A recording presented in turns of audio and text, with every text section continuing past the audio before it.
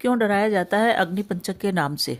अग्निपंचक क्या है? फरवरी के अंदर शिवरात्रि के बाद लग रहे हैं पंचक, और ये पंचक है अग्निपंचक। अग्निपंचक वो होते हैं जो मंगलवार से शुरू होते हैं।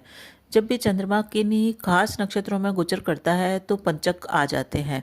यानी कि जब चंद्रमा मीन और कुंभ राशि के आसपास विचरण करता है तो ये पंचक लग जाते हैं।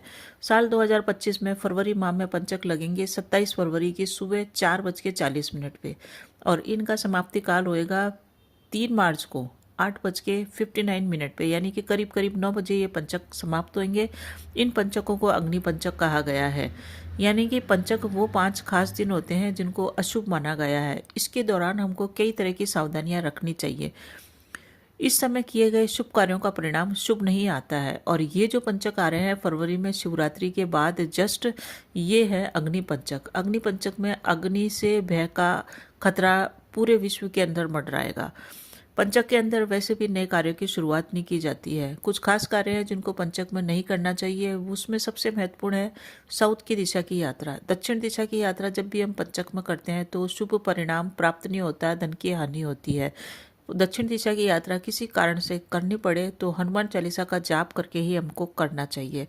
इन पंचकों के दौरान, क्योंकि ये अग्नि पंचक है या कोई सा भी पंचक हो, छत की ढुलाई नहीं की जाती है। यानी कि जो छत बनती है आरसीसी की, वो छत डाली नहीं जाती है, क्योंकि ऐसा करने से उस छत में कुछ न कुछ परेशानी आती है और उसमें से पानी भी चूता है। पंचकों के दौरान ये जो चंद्रदेव है ये घनिष्ठा, शतभिक्षा, पूर्व भाद्रपद, उत्तरा भाद्रपद और रेवती नक्षत्र में विचरण करते हैं। इन 5 दिनों के कारण ही इनको पंचक कहा जाता है।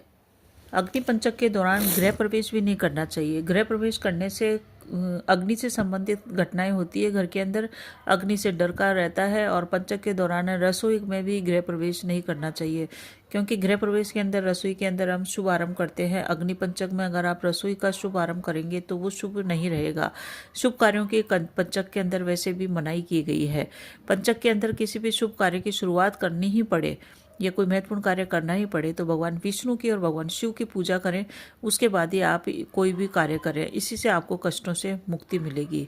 पंचक तो हर महीने आते हैं, परंतु ये जो पंचक आ रहे हैं शिवरात्रि के बाद, ये अग्नि पंचक है। इस पंचक के दौरान आग लगने की घटनाएं आप विश्व स्तर पे देख सकते हैं। इससे हमें घर के अंदर भी सावधानी रखनी चाहिए, क्योंकि घर में भी आग, अग्नि से संबंधित अगर आप कार्य कर रहे हैं तो विशेष सावधानी रखें, क्योंकि अग्नि पंचक के अंदर आग से जलने का डर हमेशा बना रहता है। आग से जुड़े हुए अगर आप काम कर रहे हैं, कोई जोखिम के कार्य कर रहे हैं तो विशेष सावधानी रखें।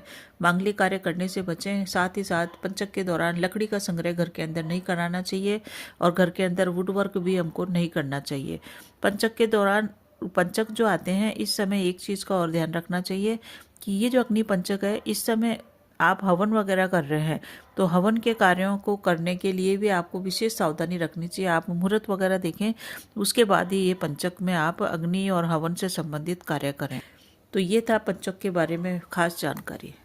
अगर आपको इसी प्रकार की और जानकारी चाहिए तो बने रहिए चैनल पे। कमेंट में ओम नमः शिवाय अवश्य लिखिए।